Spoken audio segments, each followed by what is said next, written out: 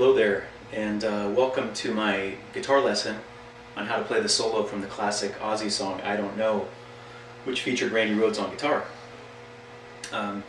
It's the summer of 2011 as I stand here and record this, and it's hard to believe that in less than a year it will be the 30th anniversary of Randy Rhoads' death at the early age of 25. He was such an important and influential guitar player to so many people of my generation, that is those that grew up learning guitar in the 80s and on through to today, obviously. And he was only here for a brief period of time in terms of his, his recording output. And it's often said that had he lived, he would have been the greatest. And it's there's probably some truth to that, in that he was constantly evolving, and what he would have become as a guitar player you can only guess. But if you listen to the first Ozzy album, Blizzard of Oz, and then listen to the tribute album, which came out after his death, the live one, you can hear that progression in his playing. You can hear the fluidity and speed and the feel that kept evolving. So he definitely would have continued on that path. I think it's also important, really briefly, to talk about guitar theory, because that was very important to Randy Rhoads. And normally in my lessons I don't talk a lot about that, but I'd like to here. The solo is basically in the key of G minor, primarily the G minor pentatonic scale, which goes like this.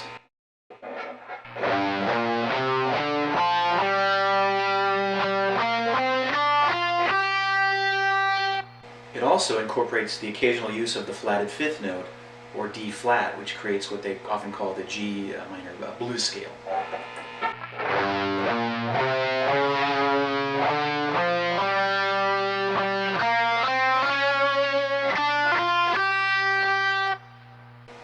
He also adds in the major second and sixth notes, which are A and E respectively, which turns the G minor pentatonic scale into G Dorian.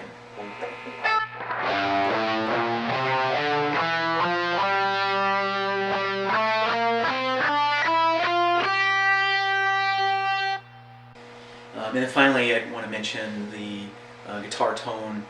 You may notice that I'm using a pretty heavy amount of mids, and a lot of guitar players like to suck out the mids and put them all the way down to give them that early Metallica heavy kind of scooped sound.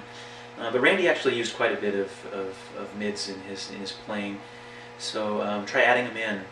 I think it adds a little extra color and bite, and really makes the solos kind of punch through, which is very important when you're playing live with a band.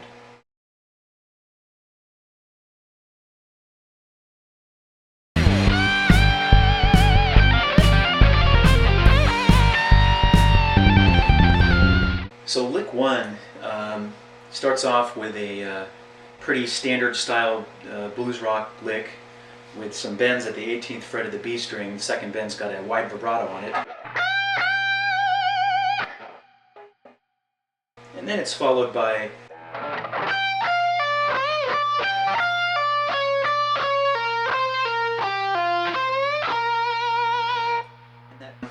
that 17th fret on the G string bend that's a half a step up toward the end of that. You can also bend that up a full step, and it has a kind of a cool sound to it too.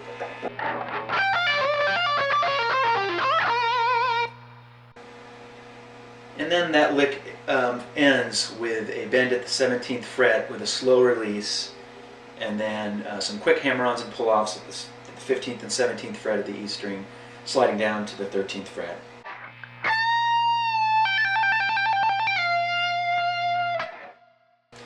And that 17th fret bend there is incorporating that major second, which is in the Dorian scale. Also can be found in the Aeolian scale, but I say Dorian in this case because later on he adds in the 6th note, which is E, which is found in G Dorian and not G Aeolian.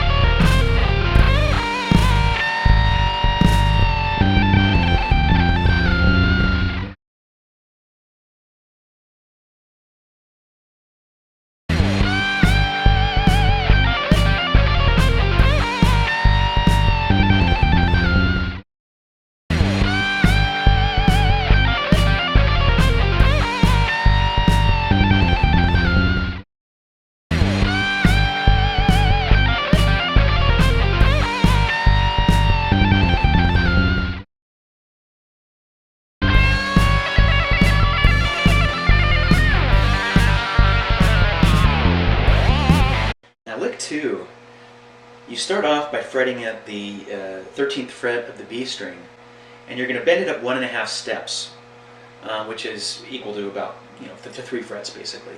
But as you're bending, you're going to take the pick, and you're going to use the edge of the pick to tap on the 16th fret. It's like finger tapping but using a pick, which allows you, when you use the pick, to do it even faster, at least most people. It's got kind of a cool trill effect to it. So again, you'll be bending at the 13th fret, and then you start hammering on at the 16th fret as you bend up those 1.5 steps. But keep in mind that what I normally do, and I think is commensurate with the original song, is don't start tapping until you get about a half step up. For example, like this.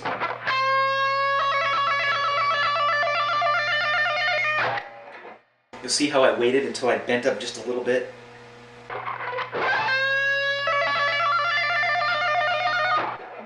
And then you come down to the 3rd fret of the G string and do a bunch of pull-offs as you bend the bar down. And then you will slide up on the A string up to the 15th fret and then do a wide vibrato. And after you do that wide vibrato at the 15th fret, you're going to pull off really quickly to the open A string like this, before you jump into the next riff. And that open A note is very subtle, it's very quick, and in my opinion, I think it was probably not intentional on Randy's behalf. And the reason I say that is a couple things. One, Randy double-tracked a lot of his solo, or most of his solos, double or triple-tracked it. He recorded it multiple times and overlaid it. And that note isn't very prominent, which means that he probably did it on accident one time, and so you can barely hear it in there. And that happens to a lot of guitar players when they're going from one lick to another and they're switching strings. They may accidentally pull off and hit an open string on accident. So I really think that was an accident.